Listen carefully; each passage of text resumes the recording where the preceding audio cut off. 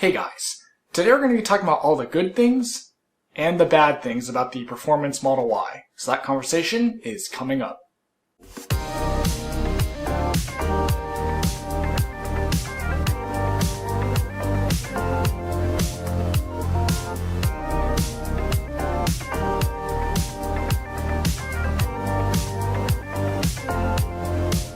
Whenever I do pros and cons videos, I always start with the cons first. That way we end on a good note. So with that said, the first con is you gotta pay to play. So basically the performance, when I bought it, was 5K more than the long range.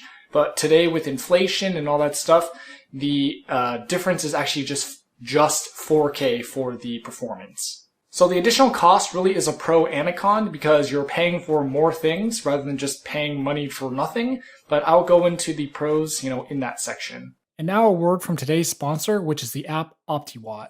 OptiWatt can help you manage your Tesla home charging so you can save the most amount of money while charging at home. It's a totally free app that lets you integrate your home with your utility company.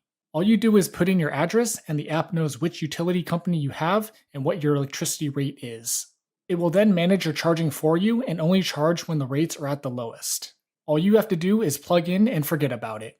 OptiWatt also shows you all your electricity data so you know exactly how much charging your Tesla costs you each month. If you want to leave in the morning at a certain time and at a certain percentage charge, you can put that into the app and the app will have the car ready for you at that time while only charging at the lowest rates. This app takes the scheduled time, departure time feature in the native Tesla app to a whole new level and more. To learn more and get the app, go to getoptiwatt.com.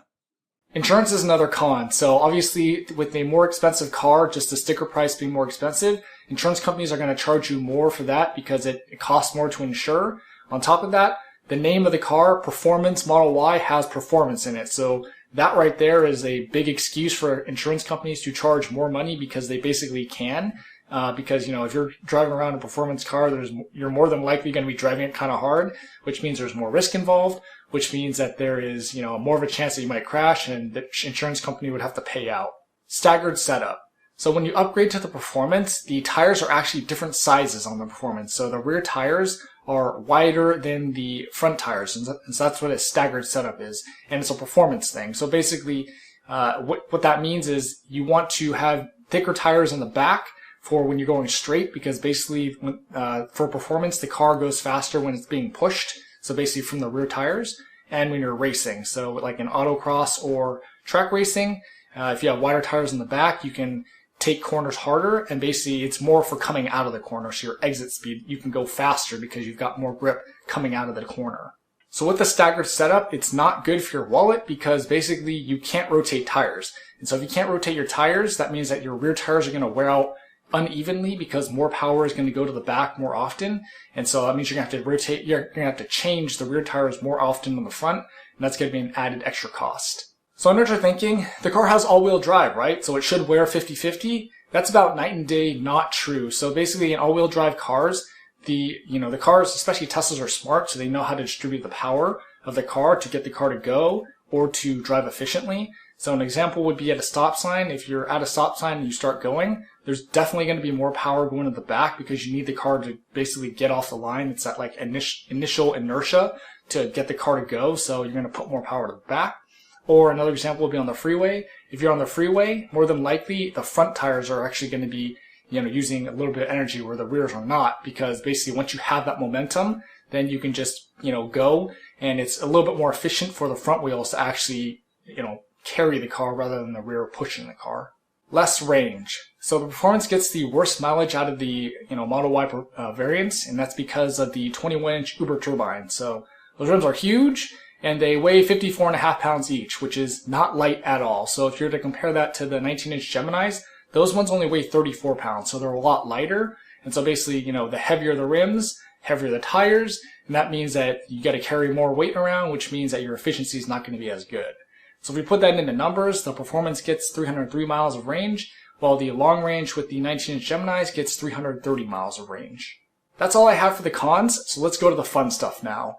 3.5 second 0 to 60. So this car definitely zooms to 60 and is a ton of fun. And with this car, you'll probably be able to burn like 95% of the cars out there. Mustangs, Camaros, you can wave to them in your rearview mirror. And let me also mention, this isn't a freaking crossover too. It's not even like it's a, a sedan or a coupe like the Mustang or Camaro. This isn't a crossover that you're smoking them, so it's a pretty quick car.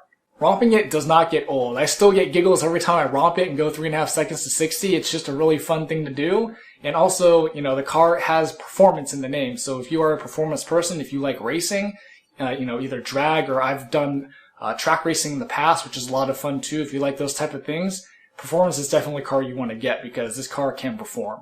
Getting the top of the line variant means you get all the bells and whistles. So basically you're going to get the red brakes, you're going to get the 21-inch Uber turbines, you're going to get that red underline under the dual motor, and you're going to get that carbon fiber spoiler, plus you get suspension as well.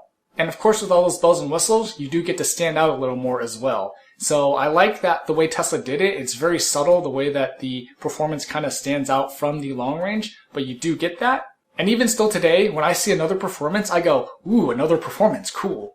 Resale value. So we know that Tesla Model Ys are in high demand and it doesn't matter which variant it is. And so basically with the performance, there's going to be a lot less supply because they don't make as many as those compared to the long range. And so basically if you were to sell your car in a couple years or something, or whatever changes, you're going to get a lot more value for your car because there's low supply and high demand. And that's simple microeconomics right there. Wait time. So if you were to look on Tesla's website right now, a long range is going to be like over a year wait, which is a really long time for a car. But if you were to buy a performance, the wait is like 2 to 4 months. So basically you kind of get to skip the line by paying, it's 4K now. It was 5 when I bought it, but 4K now. And there is a lot of value in that because basically if you pay that 4K, you're going to get the car a lot sooner, which means you physically have a car that you can use for basically a year more than the other car. So paying that extra $4,000 might actually be worth it just for the physically having the car for a longer period of time. So you can get more usage out of it rather than just sitting around and struggling with whatever situation you're in. And this is because Tesla does prioritize orders. So that's why the performances are, come first and they're only like a 2 to 4 month wait because, obviously they cost more, which means Tesla makes more margin on each unit. So basically it is nice to, get the car sooner, but you do have to pay a little bit more. And this is actually why we have the performance over the long range. So basically we actually did upgrade from a long range. And if we didn't have upgrade, we might actually still be waiting for the long range right now. And this is especially because we ordered the cheapest Tesla, which was the white with the 19-inch Geminis. But for us, it just happened to be that was the variant that we were looking for. So those are the pros and cons I have for owning a performance Tesla Model Y. Is there any reason that a performance would not be for you? Let me know in the comments, and thanks for watching.